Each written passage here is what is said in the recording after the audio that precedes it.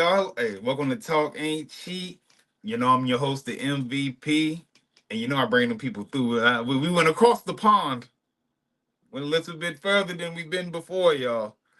We got one on the line. I'm talking about a vocalist, musician, producer. He got some crazy visuals, too.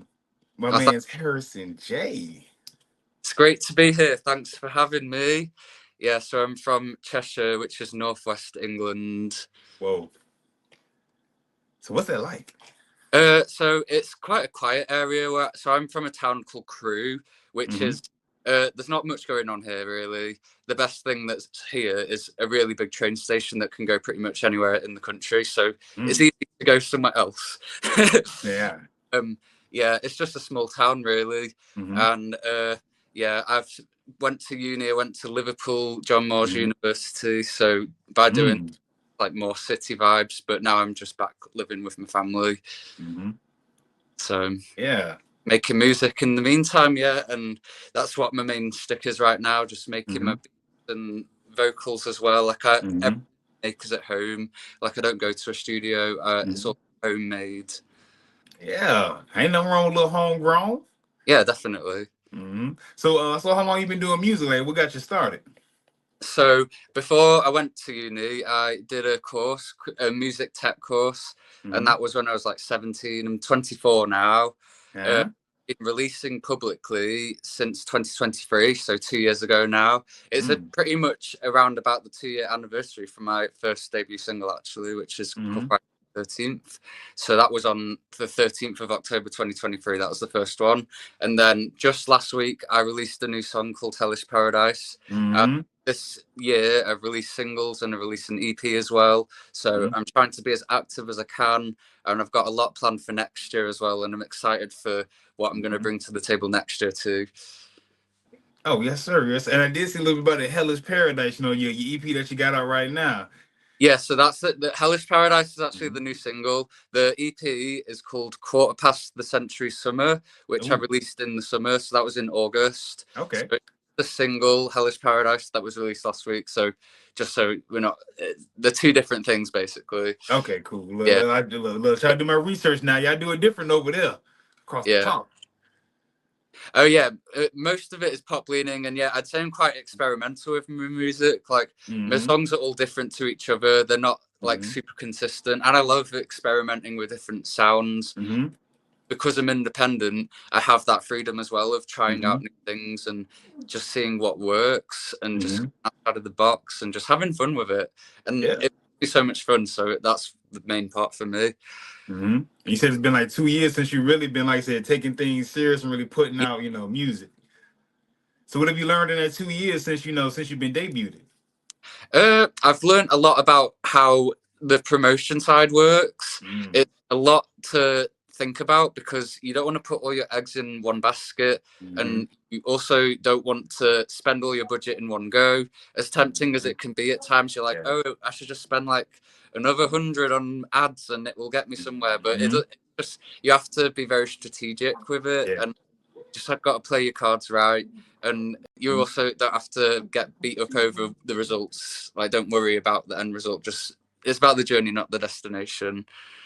Yes, I'm glad you said that. A lot of us get caught up in life and just the goal and the destination. You forget who you become to get there.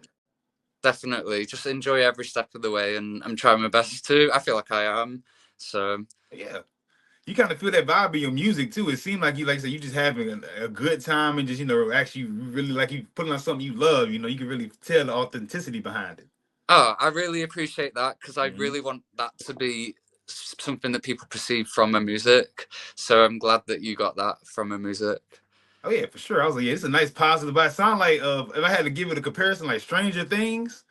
Yeah, definitely synth pop. Like I've got some very synth pop heavy songs that are like some similar to Stranger Things, and that would be I would love to do like movie like scenes and stuff like that as well. That would be a whole other thing I'd love to get into one day. I'm glad you said that too. How about ask a little, like you know how you can make, you know, music can take you anywhere. You can start off with music, end up acting, have your own record label, things of that nature. So what's some of the things you interested in getting into? Like you said, acting, world, movies. things like that? Yeah, definitely. I love the idea of like script writing because I love songwriting as well, and I have written for some other artists as well. So I feel like that's definitely, realistically, if I'm gonna be able to get my foot into different industry doors, it'd probably be in the writing side of things. So I'd love to do like script writing for a movie, something like that. So, or with soundtracks, of course. Like soundtrack is like the obvious one to go with, but I thought I'd say something else. But with soundtracks, definitely. But I feel like something like a synthy soundtrack would be my strong area, probably, because there's so many kinds of soundtrack. And you said you write for other people as well. Like, so what is that like? Like, you the top ghostwriter out there? I wish. If there is anyone that wants some ghostwriting, definitely hit me up because I could definitely provide you with that top quality material. But I don't.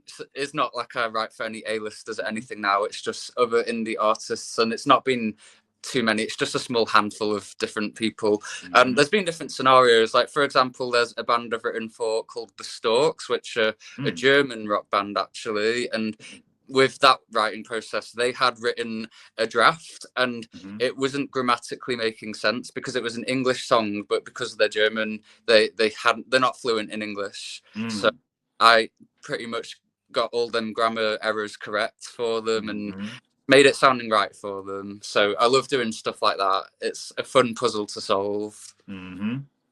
That's that's something that's not talked about in music. Like you say, writing for other people, you got to kind of put yourself in their world, and and still make it kind of have a balance of them and you as well.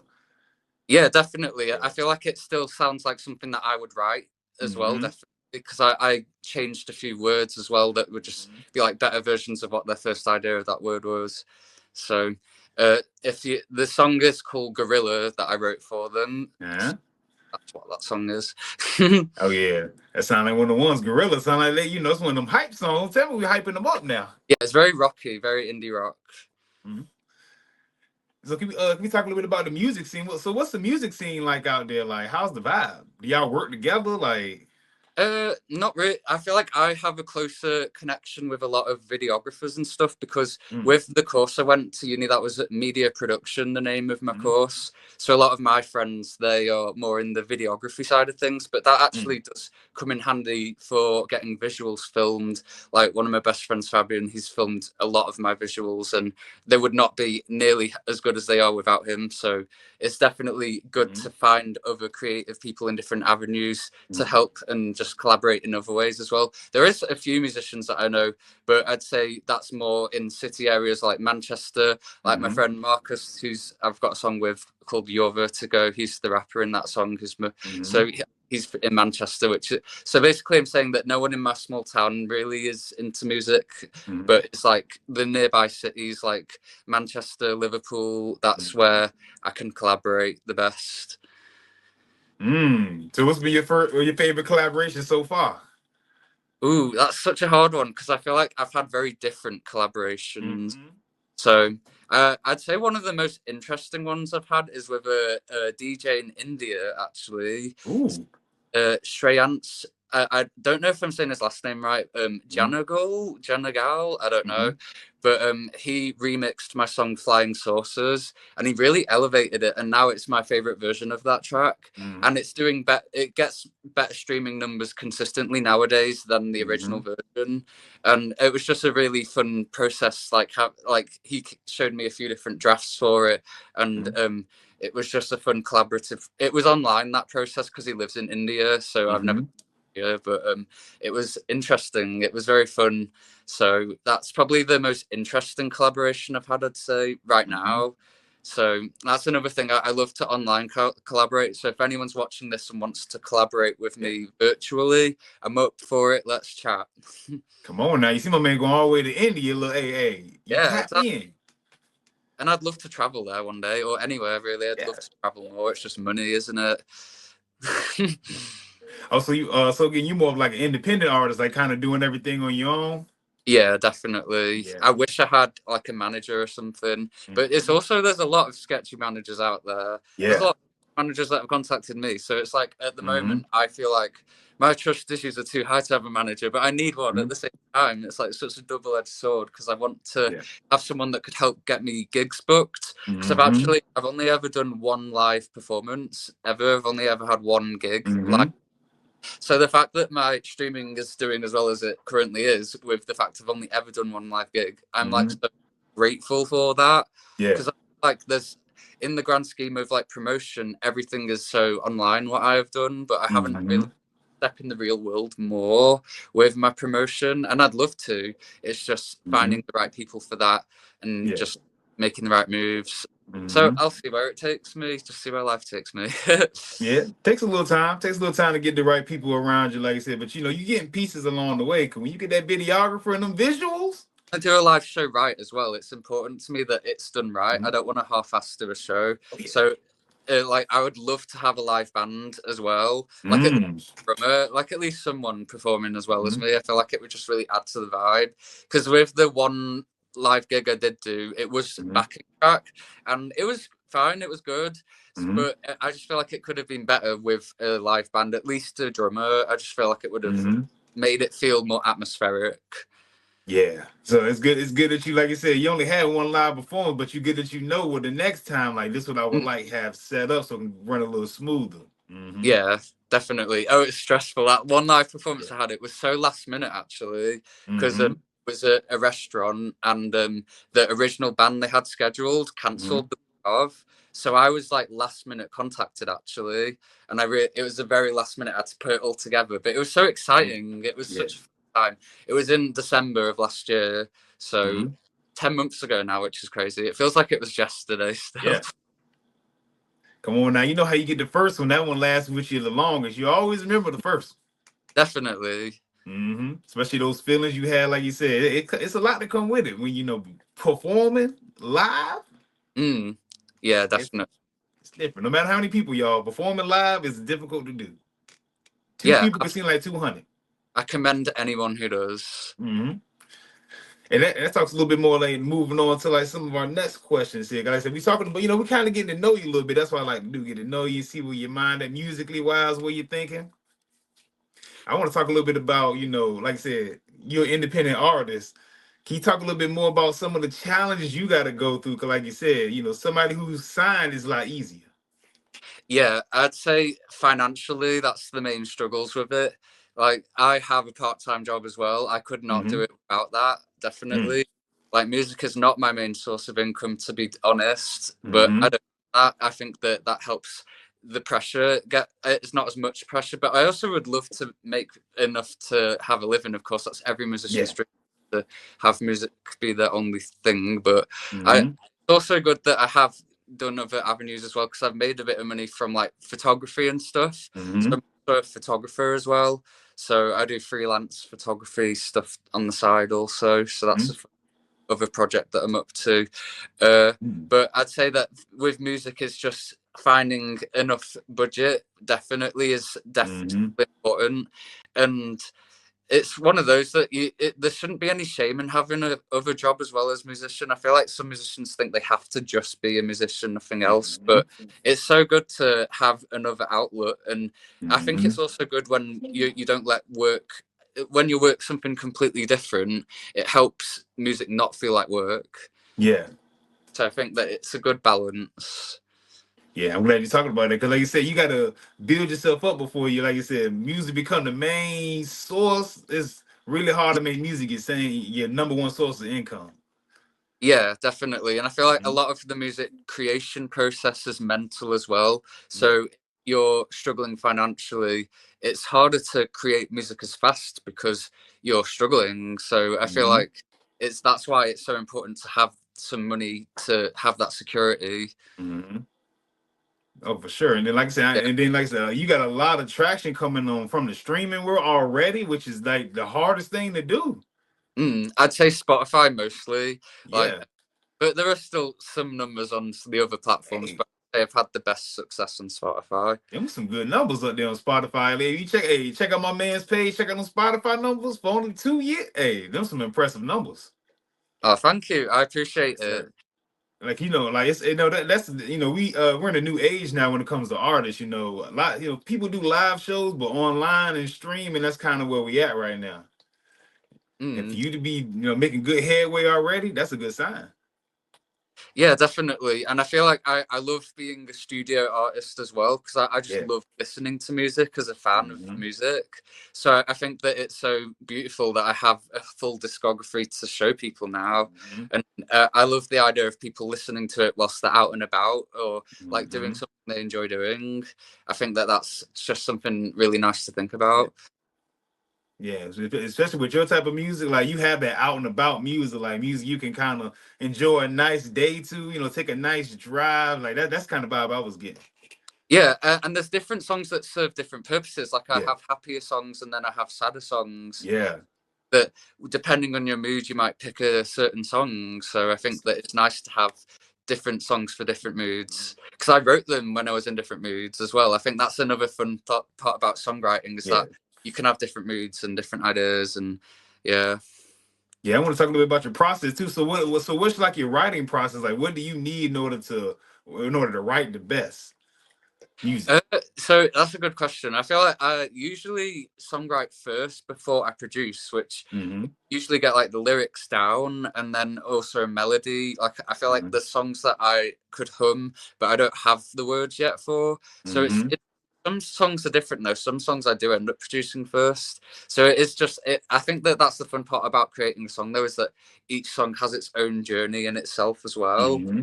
And I also think that we're finding the instruments is quite a hard part for me to do, because I think that like I'm very like picky with instruments, and I also love being experimental. So Mm-hmm. I also don't want to take things too far as well. So I don't Yeah. want it to sound like just a mess. Like, because I like chaotic songs. I feel like I have songs that have chaoticness in it, but I want it to be Mm-hmm. like a healthy chaotic. Yeah. So it's just fun though, playing around with it. And I think Mm-hmm. that just enjoying it like, just if I'm frustrated by the creating it, I will take a break, and it's just one of those that you've got to go at the right pace. Yeah, thank you for saying pace. You know, we live in a day and age where everybody want results right now. You got to pace yourself in order to get there. Yeah, if you chase that instant gratification, the music's not going to be the best anyway. I feel like songs Mm-hmm. that rely too hard on that instant gratification, where it's like a really short song with everything thrown into it so they can Yeah. get the maximum amount of streams, and it's like, that's having a really formulaic song isn't actually going to be the best song. You want a song that's just Mm-hmm. going to sound really real and Yeah. just true. So yeah. Yeah. See, like I said, it's good to hear that, you know what you have to go through as well. Because, like I said, you being overseas and, you know, we in America, it's kind of like it's still the same thing, just different places. Oh yeah, definitely. There's still a lot of similar problems Mm-hmm. that are faced in the both countries for sure, and I feel like one affects the other. So like a lot of the stuff going on in America is definitely people are trying to copy that here in the UK. Mm-hmm. So Yeah. it's definitely a worldwide issue, I feel like. Yeah, yeah, it's getting there. And speaking of worldwide, so let's say if you had an option to do like a world tour, where Mm. would you want to visit? Oof, I'd feel like I'd love to tour. It's hard because I like everywhere is my answer. Yeah. So there's only like the obvious places that I would not want to visit, Mm-hmm. like places that I physically couldn't because they wouldn't let me. Yeah, for sure. So I feel like that with a world tour, there's definitely, and with traveling the world, I've never actually left Europe. I've only ever Mm-hmm. been to other places in Europe. So I'd love to Mm-hmm. leave Europe and explore the world for sure. Yeah. So let's make sure that happens in my 20s. Like I'm 24 now, so Yeah. definitely on my like to-do list for Oh, for sure. sure. For sure. We getting there. We getting there. It just take a little time, but you definitely on the way. Trust me. Oh, cheers. Yeah. And so again, like you said, like what would be let's say a hometown venue you would like to do? Like if you could sell out a home venue or any place in the around you, where would that be at? Ooh, well, I guess for proper arena or something, it would be in Manchester. So probably like the in Manchester. So I feel like that Yeah. would be a good goal to achieve. Because like local venues, there's like, that's where I work actually. I work at a local venue. I work Mm-hmm. at Lyceum Theatre. So that would I perform that? Maybe, but they've seats, Yeah. so it's like it wouldn't really be suited for what I would want to do as a gig. But I suppose I could do like one seated gig. Mm-hmm. Who knows? I could do like an intimate acoustic thing one day though. Come on now, we got to be different now. Hey, you got to be different. Giving people experience something they never had before. Yeah, definitely. That's another thing I'm trying my best to get as best as I can with is instruments. Like I play piano and guitar. I'm better at piano than I am guitar. And right now, even though I've played guitar for longer, interestingly, but I think it's just when I'm doing both singing and playing at the same time, it's easier with piano than guitar.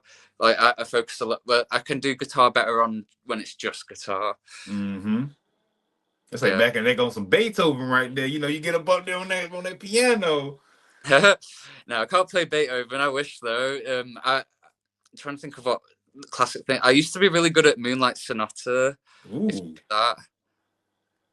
See, the piano different. Piano different. Yeah. That's like classic piece. You probably don't know it. It's all good. Hey, look, come on now. Look, the only reason I like pianos because I like I like to hear them at weddings and things like like nice occasions. You gotta if you got a piano and a harp in there, you got me. A harp, yeah, definitely. Harps are so beautiful. Yeah.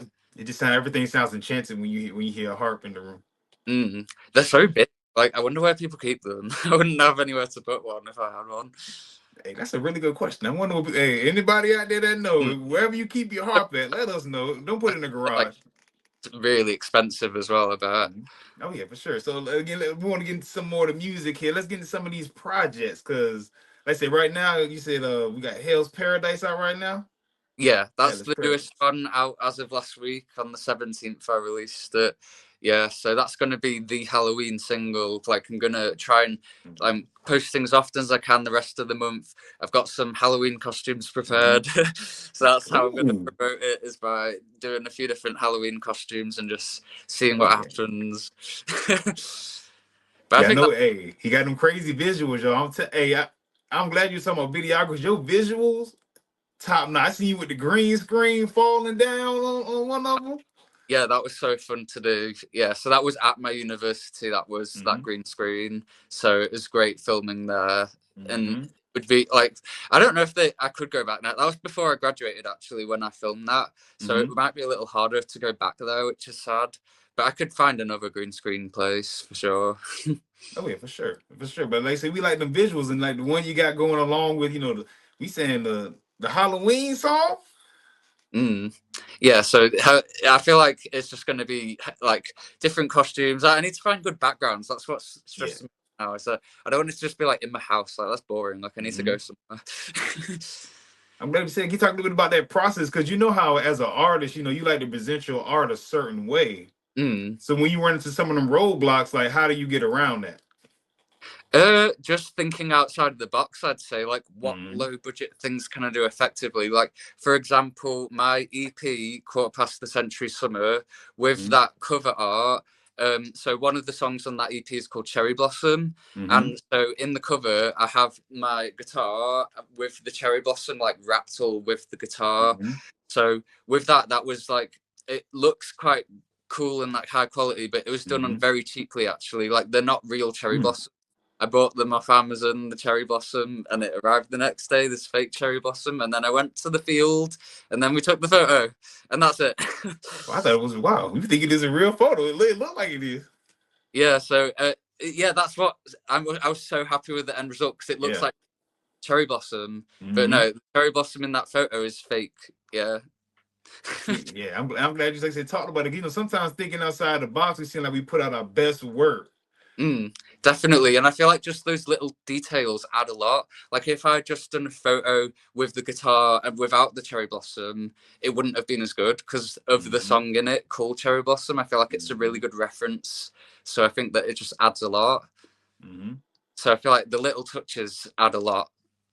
I'm glad you said that because I feel like the little touches, that's things for like your supporters or your fans, because it's stuff that we can catch on to kind of, it's like we putting a puzzle together. You kind of you know the full puzzle, but we kind of putting the pieces together.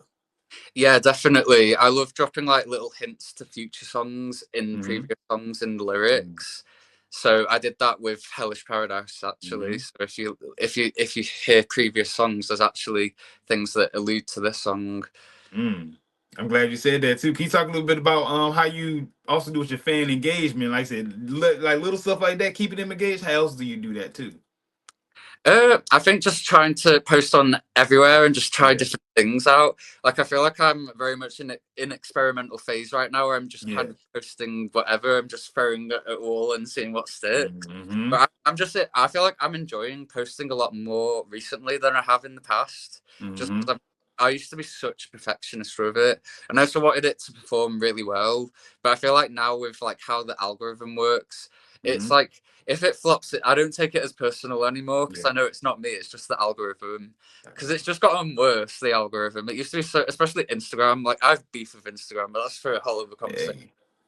Hey, come on now. We all done had a problem with good old Al. Yeah. Good old Al, boy. He like who he like when he like it. Literally, it's frustrating, because it's like photos of when I was like 16, just like a random picture of me, did better than like my song promo. It's like this it's kind of, you know, it's tough when you see, like you said, like you see your personal life kind of ain't catching up with the work life yet, but you know, it kind of takes some balance to get there. Definitely, it does annoy me that personal posts do better than music for content. I find that. And can you talk a little bit about that sometime? Do you find sometime like your work life might spill into your personal life, or vice versa? I'd say sometimes I focus so much on music that I forget to have a social life. I feel like that's what happens. So I feel like it's not that work's bleeding into the. It's not that my social life is distracting me from work. It's actually the other way around for me. So I feel like I need to reach out to people more. And I make a lot more new friends as well. But I feel like because I'm focused on my own work a lot, that like means that I'm so busy with that I forget to. So you know, you're gonna need some people with you along the way, and sometimes, you know, we get so caught up in our work we don't look up to see what, you know, see like, hold on, oh my bad, I'm at work, excuse me, y'all, working on myself. Especially when it's not like work, it's like your own passion project. So it's okay if you have a day where you're just hanging out with friends, and it's not like I feel like sometimes I feel like, oh, I've just wasted my whole day, but I haven't at all. It's like, you know what I mean? I need to see it from well, I'm quite good at seeing it from the different perspective. But I need to keep doing that. Yeah, for sure. But it's hard, like you said, in the negative world, it's hard to keep a positive perspective.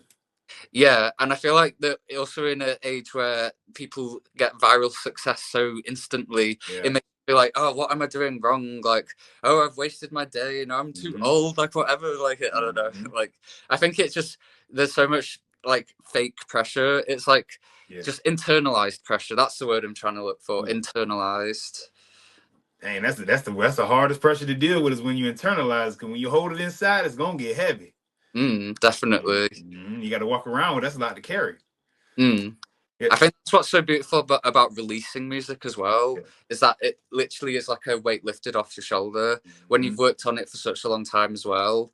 It's so freeing, because I had like the music prepared, well, not all of the music, but a good few songs before I started releasing, and it's so freeing actually having it out there. And it just feels real. Like, even though the songs were real songs before they actually were released, it just it feels real. It's like a therapy type of thing. Yeah. So like that's why I said, you know, because your music is positive and things like that. You know, what made you want to go towards that route of just a good positive music, something, you know, positive to give to the world? I think it's just songs that I had in my head that I'm like, I just need them to exist. No one's ever them, so I'm like, for my own sanity, I need to get them out of my head, and they just. And if people want to hear what's been in my head all this time, here you go.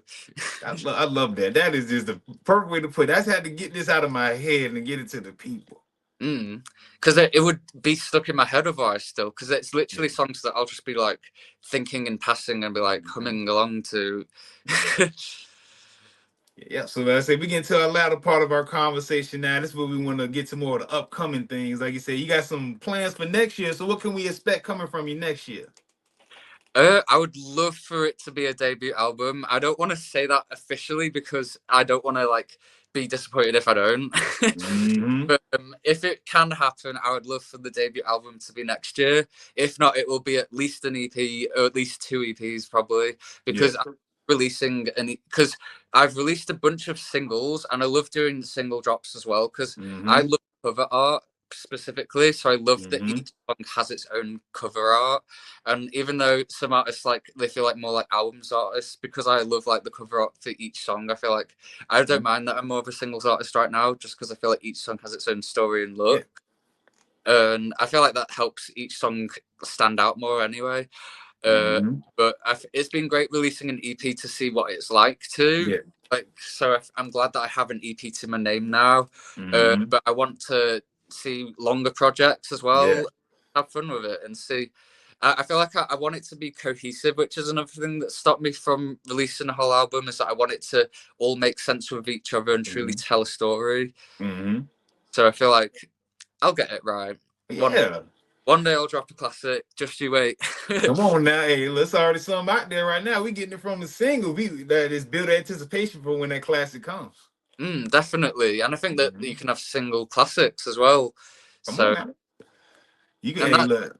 If you got good music, come on now. The people gonna stamp it for you every time. Yeah, definitely. Like, hopefully, I feel like the songs that I already have released now that will get a second life and will blow up one day. Fingers crossed. I don't know. For sure.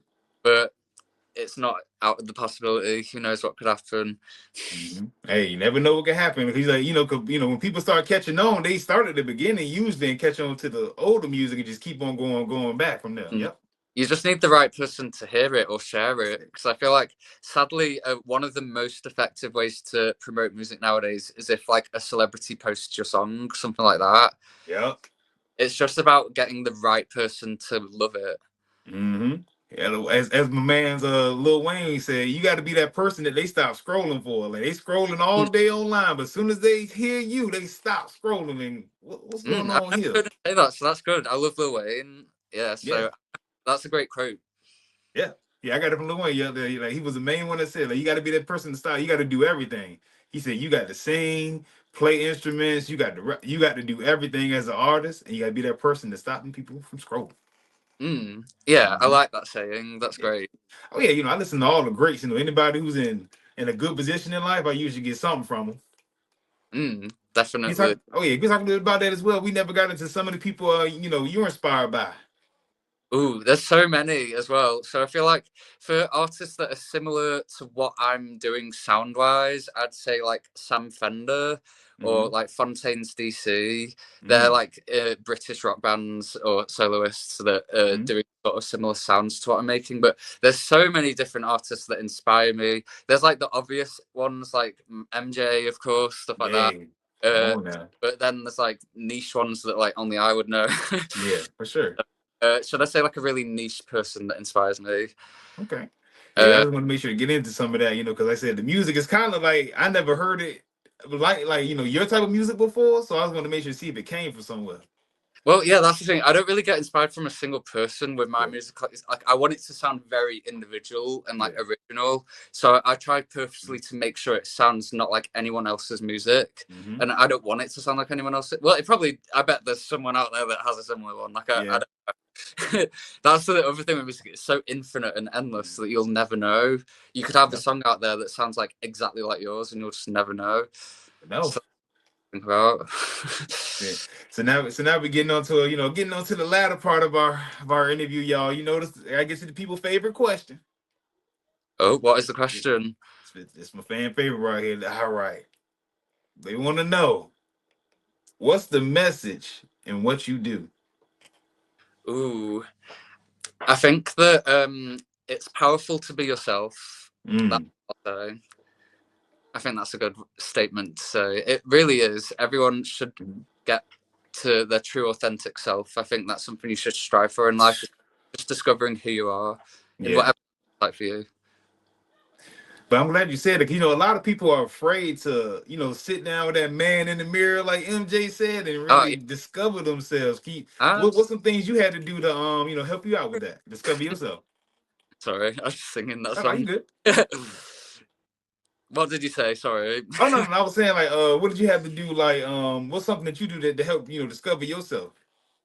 That's a great question. What did I do to help discover myself? I don't really know. I feel like I've just always been really true to myself. I think that I'm lucky that I've been able to have that. Like, I've had a great upbringing, and I feel like if I didn't have a good upbringing, maybe I wouldn't be in the place I am now mentally, of really knowing who I am. So I think that because I have always felt like I've known who I am, that's really helped me. But I think that you don't have to know who you are. I think that it's okay to not know who you are. It's just about figuring what's right for you, I guess. I don't know.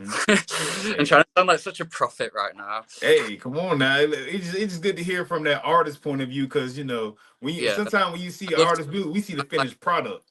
I'm such a philosopher, guys. Like, I always say facts. Hey, no, come on, nothing wrong. It's facts. You know, like it is. Like you said, that's just, you know, your authenticity. You know, we kind of relate to that.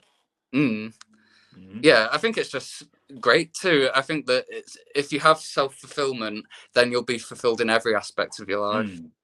That's the one right there. But again, so that was a fan's favorite question. Can you tell the people again where they can find you? Yeah, so it's Harrison Jay. So that's Jay spelled Jay.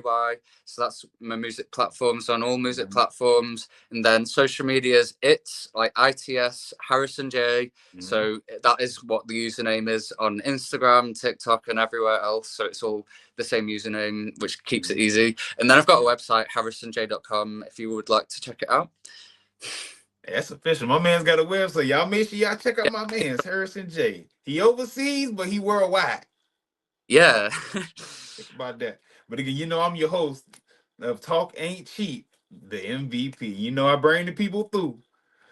If you know the words, say it with me. Stay blessed. Don't stress. And let God handle the rest. Until next time.